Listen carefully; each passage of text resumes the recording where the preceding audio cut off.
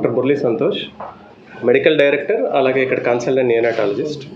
మనకి డాక్టర్ సుధీర్ గారు మా పీడియాట్రిక్ ఇంటెన్సివిస్ట్ చెప్పినట్టు మాకు లాస్ట్ మంత్ లక్షిత్రామ్ కిడ్ శ్రీకాకుళం నుంచి రావడం జరిగింది.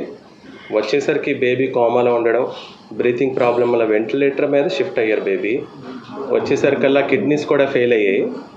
డాక్టర్ గారు చెప్పినట్టు ఏంటంటే దాని హెచ్యుఎస్ ప్రాబ్లం చాలా రేర్. అలాగే దానికి ట్రీట్మెంట్ చేసరికి ఏంటంటే ఇనీషియల్గా మనం డయాలసిస్ స్టార్ట్ చేసాము.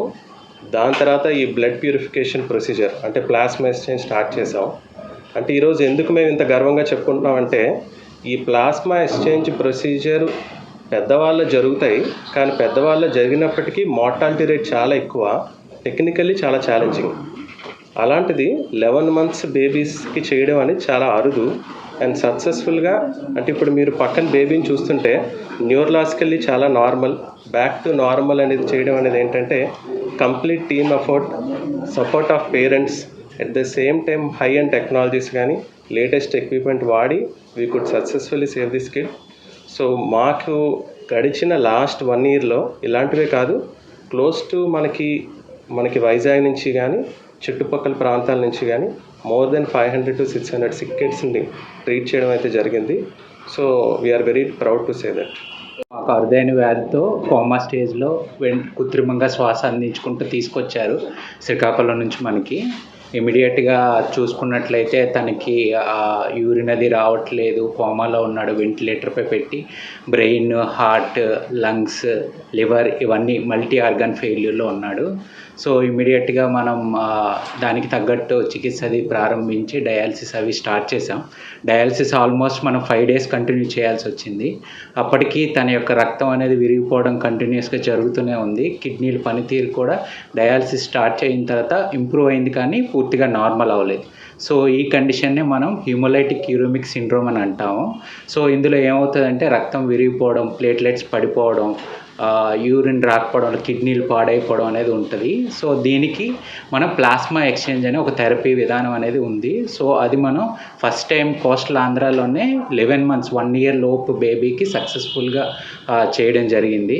ఆల్మోస్ట్ 4 cycles 4 times చేసిన తర్వాత క్రమంగా తన యొక్క ప్లేట్లెట్స్ అవి ఇంప్రూవ్ అవ్వడం, బ్లడ్ పెరగడం తగ్గడం, యూరిన్ కూడా నార్మల్గా రావడం, కిడ్నీలు పనితీరు అవడం అనేది నార్మల్ అవడం అనేది జరిగింది. ఆల్మోస్ట్ ఇప్పుడు ఈ రోజుకి 20 days తర్వాత బాబు మీ ముందు కూర్చున్నాడు. సో ఇది రేర్గా జరిగే కాబట్టి మీకు వరకు వచ్చిన రిపోర్ట్స్ అన్నీ నెగిటివ్గా వచ్చాయి కాబట్టి ఫ్యూచర్లో ఎఫెక్ట్ అయ్యే ఛాన్సెస్ చాలా తక్కువ అనే చెప్పుకోవాలి. యాక్చువల్గా ఈ కేసు మనం డీల్ చేస్తున్నప్పుడే ఇంకొక 12 సంవత్సరాల పాప కూడా ఇదే పొజిషన్లో మన దగ్గరికి తీసుకొచ్చారండి.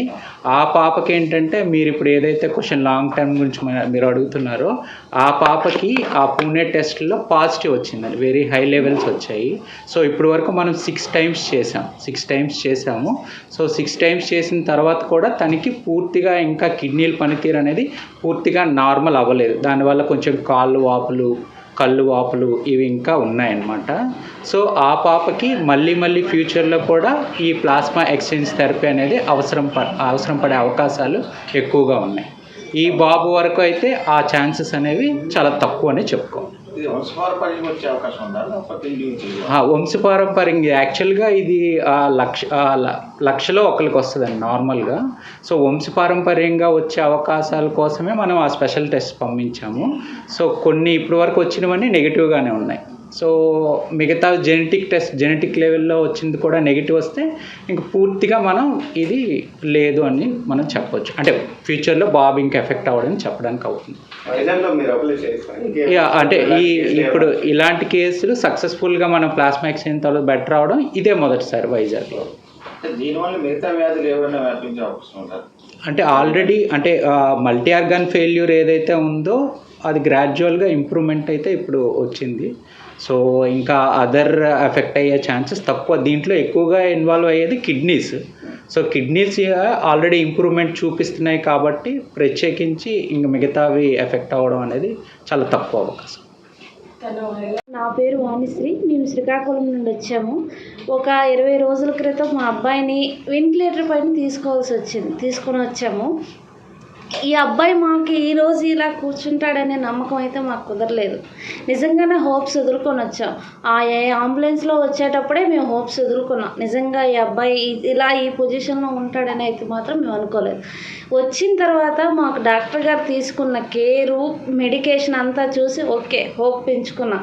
ఈ హాస్పిటల్లో మా అబ్బాయి క్యూర్ అవుతాడు అన్న నమ్మకం తెప్పించారు సార్ తీసుకున్న కేరు నిజంగానే హెల్ప్ఫుల్ అయింది. మా అబ్బాయి ఈరోజు నా చేతుల్లో ఉన్నాడు.